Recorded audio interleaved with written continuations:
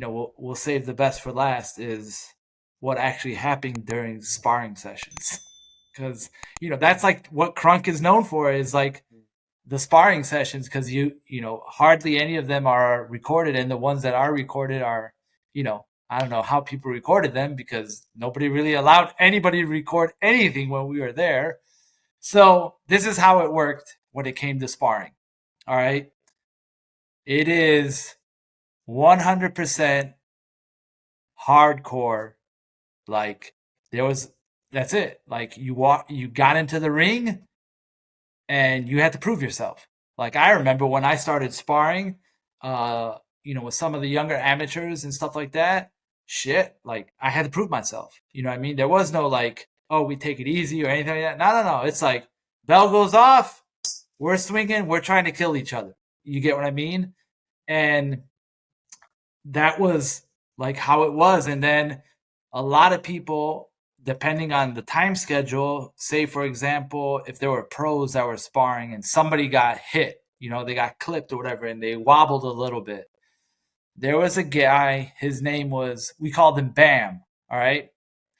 And Bam would be like the instigator he would rile people up. And he'd be like, come on. And he would start screaming. And the one thing that he would be known for is he would like make this machine gun sound with his mouth. He'd be like, brrr, keep hitting, shoe shine, brrr, shoe shine, brrr. And like, imagine this guy's like screaming at the top of his lungs and like he's antagonizing. So then the entire ring is surrounded by people in the gym. So they're standing on, the little raised platform, which was, I would say, probably like 8 inches. It was sitting off of a 2x8. And they're all standing there. And then you have the people that are jump roping and everybody that's standing behind those people. And they're like, everybody's just watching the sparring session. And it would just be like, sometimes it'd be like an all-out war. And then you hear this guy, antagonizing. Oh, how are you going to let him hit you with that? Oh, keep your hands up, Oh, he's wobbling. He's going down. You know what I mean? Like he was color commentary and his name was Bam. And people that were there and have seen it know that that's what happened. And one of the things that I think I learned probably when I was maybe like 14 or 15.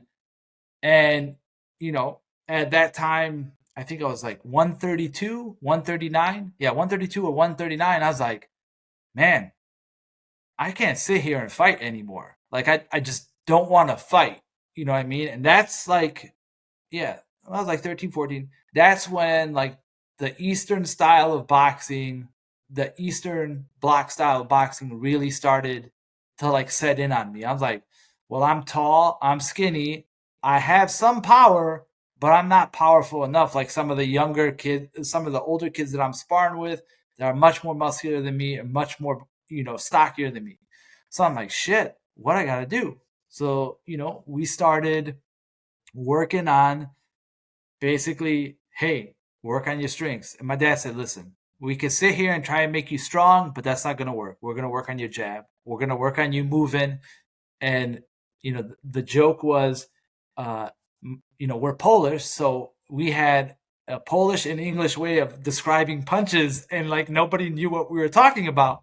So my dad's famous saying would be like, nawakoa, which means go around. Nawakoa. So that's what you need to do. You're a tall fighter. You're fighting somebody. You can't go back. You got to go around. And so that was like burned into my head. So I'm hearing my dad screaming, Nawakoa. And then I hear the guy Bam screaming, brrr, brrr. You know what I mean? And you have other people be like, oh my God, look at that, whatever. And so